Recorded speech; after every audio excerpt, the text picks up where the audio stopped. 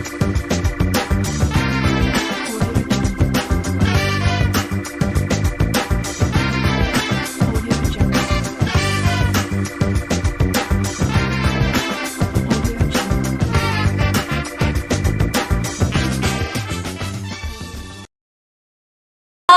warahmatullahi wabarakatuh. Selamat pagi pemirsa.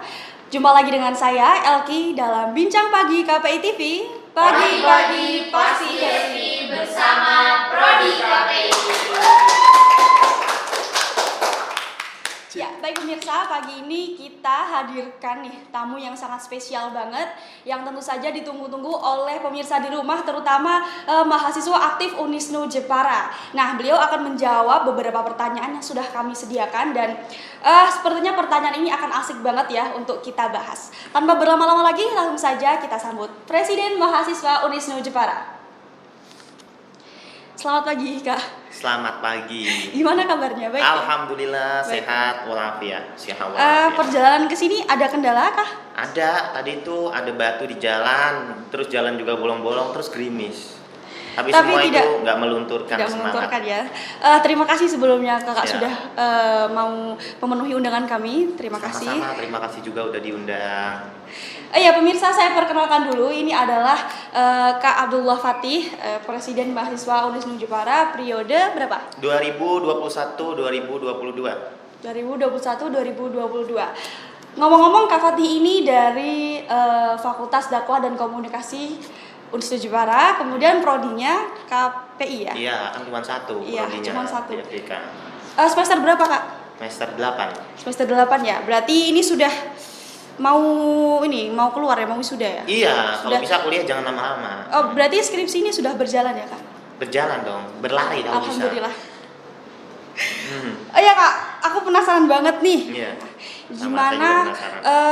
waktu Kak Fatih ini pelantikan ya?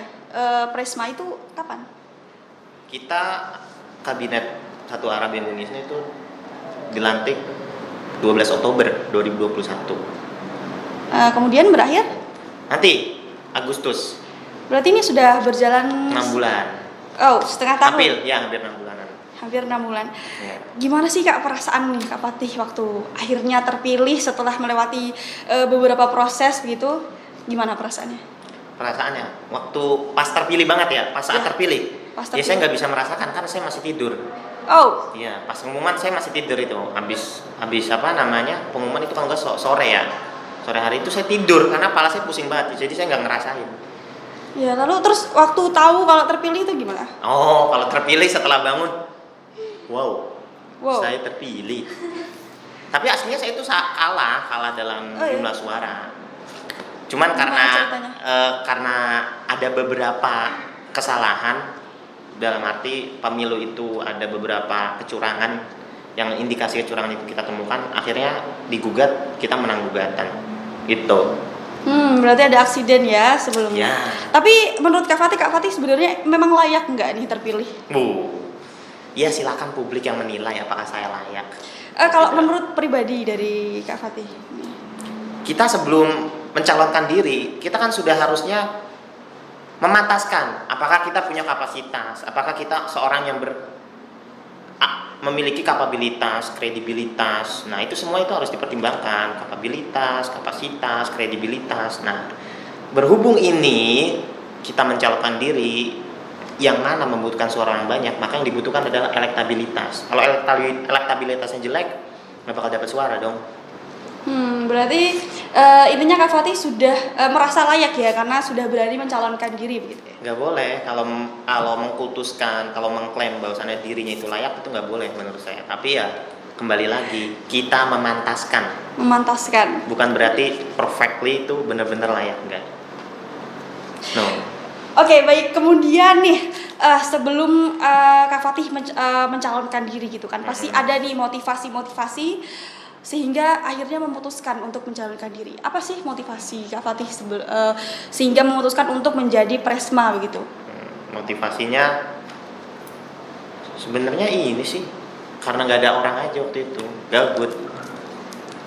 Iya. Nggak ada orang gimana? Nggak ada orang.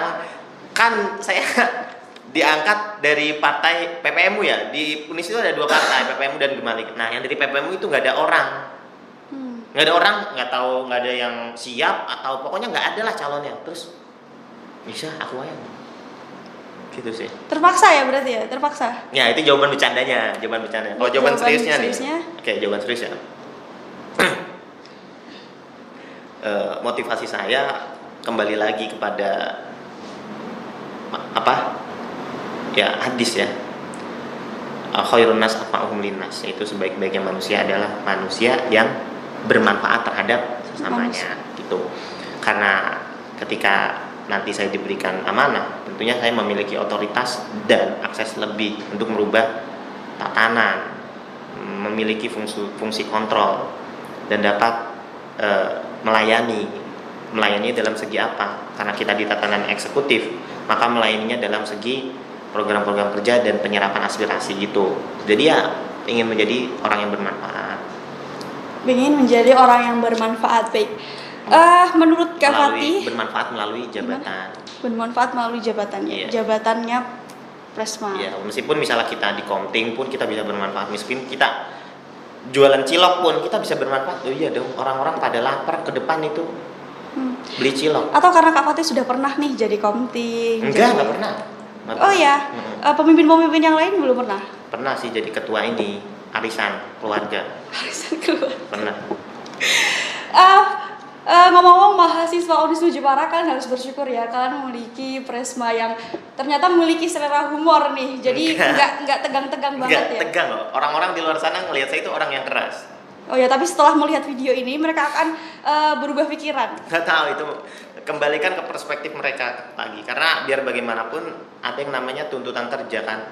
Ada yang namanya tuntutan kerja, karena ketika kita sedang dituntut untuk serius dan dituntut kita dalam menyampaikan sebuah permasalahan itu menggunakan tensi yang agak tinggi, yaitu dibutuhkan gitu. Kalau masa bercanda-canda lagi audiensi kayak gini, halo bro, pak yang di depan sana gimana nih anggaran? Nggak jelas bapak ini, masa pakai begitu kan tidak.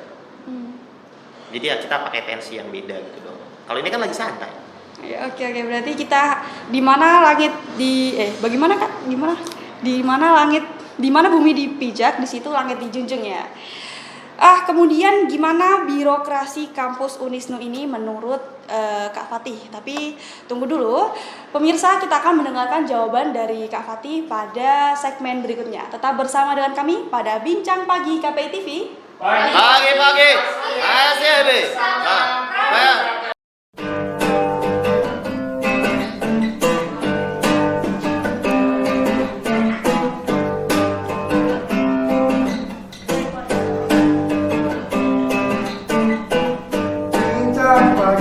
Bincang pagi bersama kami. Bincang pagi bersama Robi KPI. Bincang pagi ngobrolkan yang berarti. Bincang pagi sambil minum kopi.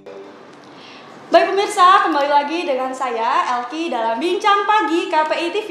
Pagi-pagi pasti happy bersama Prodi KPI. Nah pemirsa, menindaklanjuti pertanyaan sebelumnya, yaitu mengenai bagaimana menurut Kak Fatih nih mengenai birokrasi di kampus Unisnu ini. Bisa dijawab Kak? Tataran birokrasi di kampus kita itu ya sudah, ini jawab apa adanya apa gimana? Apa adanya aja. Oke, karena berhubung saya di sini sebagai Presma, artinya saya melihat dari perspektif saya dong, sebagai orang yang melihat birokrasi dari luar, dari luar lembaga, bukan dari dalam. Ya ada beberapa sih yang harus kita kawal terkait aspirasi dari mahasiswa tentunya, yang terkait yang berhubungan dengan birokrasi kampus. Jadi birokrasi kampus itu baik, cuman ada sedikit yang perlu diperbaiki. Kalau dari segi pelayanan, kalau dari segi manajemen, ya itu udah sangat baik. Ya, Baik ya, Baik. jawabannya baik. Oke, kemudian dalam masa kepemimpinan Kak Fatih saat ini, itu Ya. strategi apa yang Kak Fatih lakukan? Strategi dalam arti apa ini maksudnya? Ya dalam ini mengontrol, mengurus ini. Oh, manajemen sumber daya manusia yang ada di dalamnya. Iya. Strategi yang saya gunakan tentunya saya menggunakan apa ya? Saya menggunakan dua landasan. Yang pertama itu landasan teoritis, yang kedua adalah landasan empiris.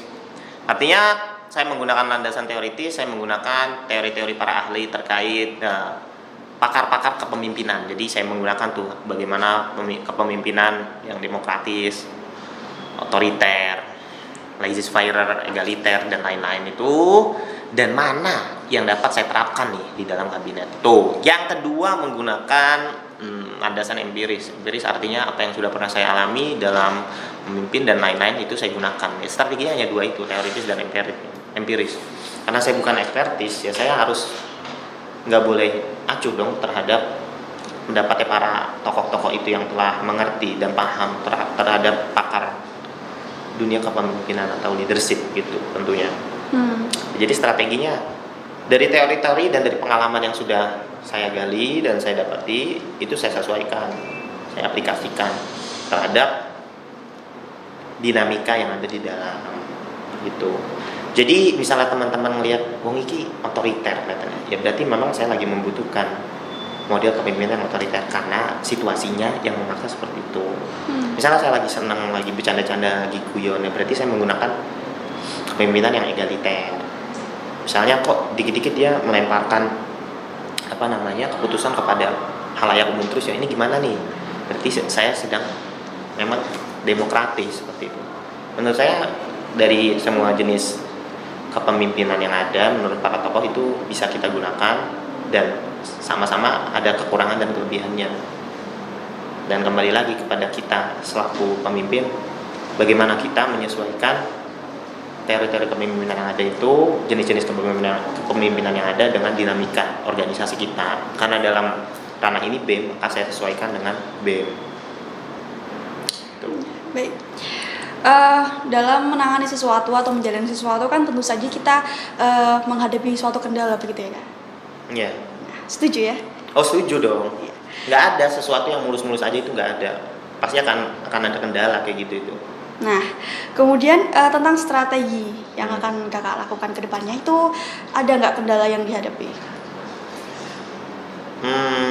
Dari visi misi yang dibawa, kendala terbesar itu mungkin adanya semacam shock culture ya. Ya shock culture, mereka mungkin selama ini belum, orang-orang yang belum bisa menerima gitu dengan gaya kepemimpinan saya itu menganggap BEM saat ini itu BEM yang keras gitu. Karena ya kembali lagi sih, konsekuensi logis ketika kita ingin menciptakan sebuah perubahan akan adanya ketidaknyamanan. Nah, caranya gimana? Ketika udah ada 1, 2, 3 atau beberapa elemen yang itu mulai tidak nyaman, kita komunikasikan gitu. Kendalanya itu sih, adanya shock culture. Mungkin kaget lagi, ngopo iki kok ngene modelnya, biasanya gak ngene kok gitu. Nah, maka dari itu perlu adanya pembiasaan bahwasannya, nah contoh nih adanya reshuffle dan lain-lain itu BEM-BEM di luar sana itu udah sangat wajar melakukan hal itu. Sampai ke tataran menteri pun di reshuffle biasa. Terus yang kedua mungkin di sini belum mewajarkan keberanian dalam arti menyampaikan aspirasi, menyampaikan aspirasi yang sifatnya mengkritisi. Nah itu tuh belum diwajarkan di sini. Lalu kita diskusikan, kita kaji dan lain-lain itu belum. Tantangannya emang perlulah pembiasaan dan pelajaran.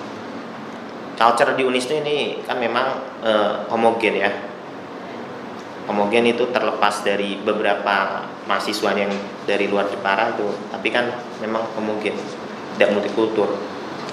Dan menurut Kak Fatih, kendala itu menghambat nggak sih terhadap kinerja di BEM? Enggak sih, menurut saya itu enggak jadi suatu hambatan, malah itu jadi PR kita. Bagaimana caranya nih kita nih mendapatkan hambatan seperti ini? Ya cara kita mengkomunikasikannya gimana, menyelesaikannya gimana. Gitu. Berarti nggak menjadi penghambat ya, masih mulus-mulus aja nih. Ingat ya. Ya, dibilang hambatan itu pasti ada, tapi cara kita menghadapi, ya kan? Menghadapi badai itu gimana? Oke, saya penasaran banget nih berapa persen keyakinan Kak Fatih terhadap kinerja kabinet saat ini. Kabinet apa namanya? Kabinet satu arah. Kabinet satu arah. Tapi tunggu dulu ya Kak, jangan buru-buru menjawabnya. Pemirsa, kita akan mendengarkan jawaban dari Kak Fatih pada segmen berikutnya. Tetap bersama dengan kami pada Bincang Pagi KPI TV. Pagi-pagi pasti happy bersama Prodi KPI.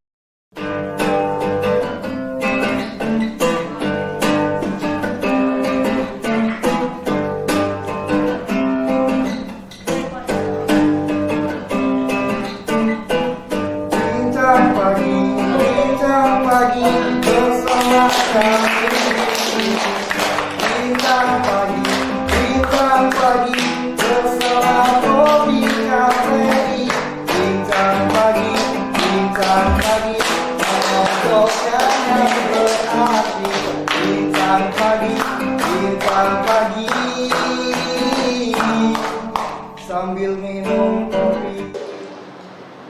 Baik pemirsa, kembali lagi dengan kami pada Bincang Pagi KPI TV. Pagi-pagi pasti happy bersama Prodi KPI.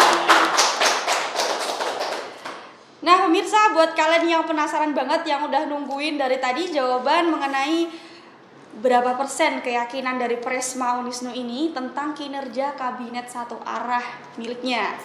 Gimana nih Kak jawabannya? Berapa persen? Seyakin apa nih?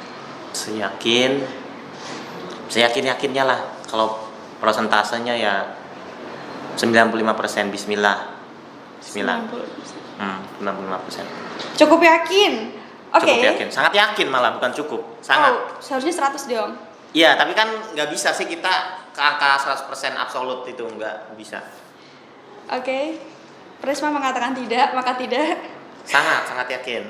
Kemudian Nggak tanya ini, apa ini artinya kabinet satu arah? oh iya, tadi sempat saya mau nanya nih, kabinet satu arah itu maksudnya apa? Maksudnya kenapa kita menggunakan nama kabinet kita kabinet satu arah? Harapannya seperti ini. Jadi apa yang menjadi visi misi bersama dan tujuan bersama itu benar-benar kita tidak ada lagi yang semacam menjadi penghambat gitu lah. Kita sama-sama satu arah. Arahnya kemana? Arah perubahan, arah kebermanfaatan gitu. Jadi ya kita sama-sama, oh emang tujuannya kayak gini. BEM itu lembaga, artinya lembaga itu ya pelayanan. Oh jadi ya sama-sama gitu, sama-sama udah paham dan udah selesai gitu. Bukan berarti kabinet satu arah itu kabinet yang nggak menerima masukan, saran, aspirasi dan lain-lain, enggak. Kalau dalam komunikasi satu arah itu jelek. Ya. Oke. Komunikasi antara komunikator dan komunikan itu tidak berjalan komunikatif, itu jelek karena komunikasinya satu arah. Itu jelek kalau dalam forum-forum yang membutuhkan komunikasi dua arah. Beda lagi kalau kayak lagi forum pengajaran, itu memang satu arah dulu, baru nanti ketika diskusi kan komunikasi dua arah. Nah dalam organisasi misal komunikasi satu arah pun jelek, karena biar bagaimanapun seorang pemimpin, seorang leader itu harus mendengarkan aspirasi dari bawahannya. Jadi bottom to up, up to bottom, atas ke bawah, bawah ke atas itu harus. Tapi kalau kabinet satu arah di sini yang maksud satu arah niatan kita kemana tuh, gitu. Oke. Filosofinya begitu, pemirsa. Kemudian dalam memimpin suatu lembaga atau organisasi tentu ada program-programnya dong Kak, ada ya. Nah, bisa dikasih tahu nggak, diberitahu nih program-program terdekat yang akan dilaksanakan oleh BMU? Program kerja terdekat ya. Program kerja terdekat dari Kemenlitek, Kementerian Penelitian dan Teknologi, ini spesifikasi di bidang peningkatan intelektualitas. Jadi nanti Kemenlitek setelah ini mungkin setelah Ramadan itu akan ada kegiatan ini semacam pelatihan TOEFL dan dengan mendatangkan native speaker dari luar negeri sana. Dan nanti bekerja samanya sama UPT Bahasa. Tuh. Oh kalau yang paling dekat lagi nanti insya Allah.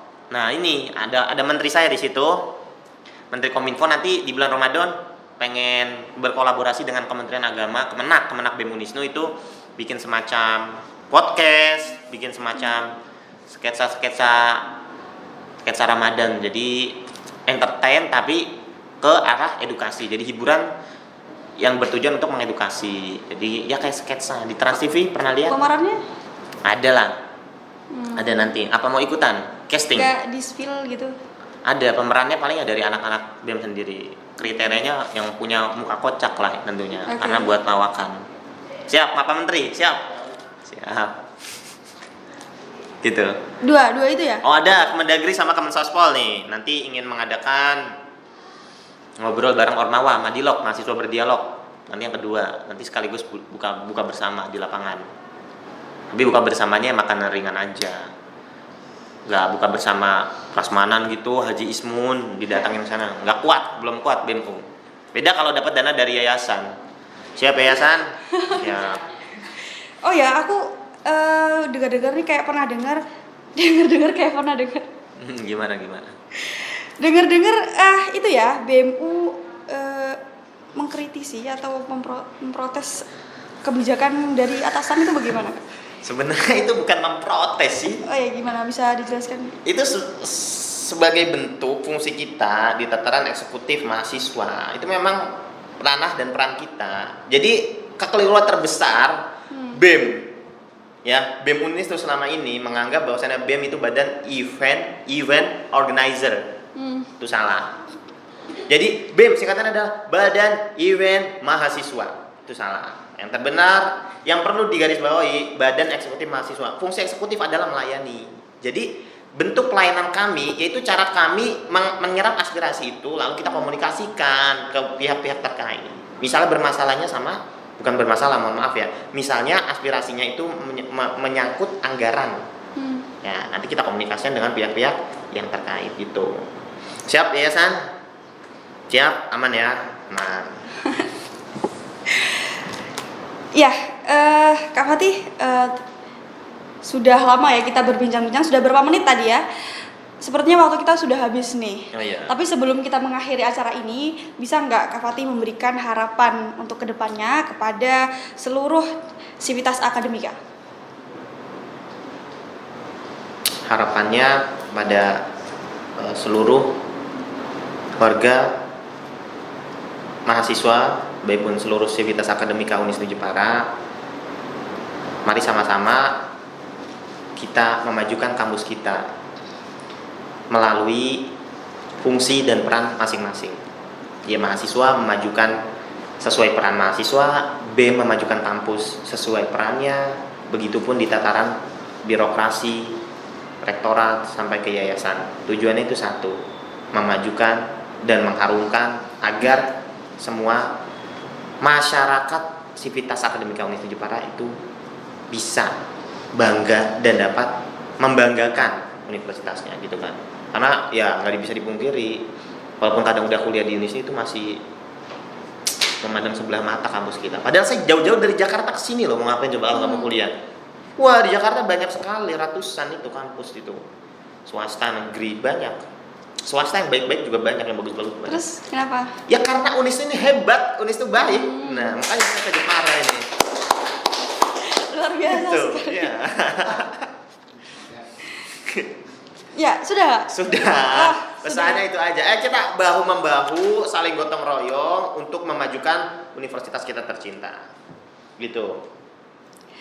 Baik, pemirsa, itulah saran atau harapan dari Presma Unisnu Jepara untuk seluruh sivitas akademika. Semoga kalian bisa menangkap apa yang sudah disampaikan dan semoga perbincangan kita dari awal hingga sekarang bisa bermanfaat buat pemirsa di rumah. Amin. Terima kasih ya Pak Presma sudah Amin. datang, sudah Amin. menyampaikan banyak hal. Makasih. Sudah ada perasaan lega begitu. Lega. Dari awal pun udah lega, soalnya udah buang air. Oh, begitu. Udah sholat juga, udah. Ya, baik. Pemirsa, cukup sekian. Saya Alki, pamit undur diri. Wassalamualaikum warahmatullahi wabarakatuh.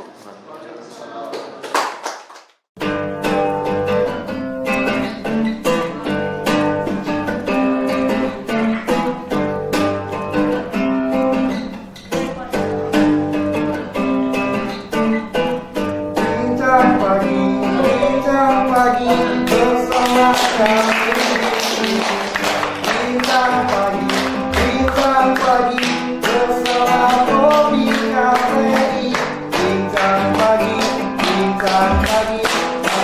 Santosnya berarti bintang pagi, bintang pagi.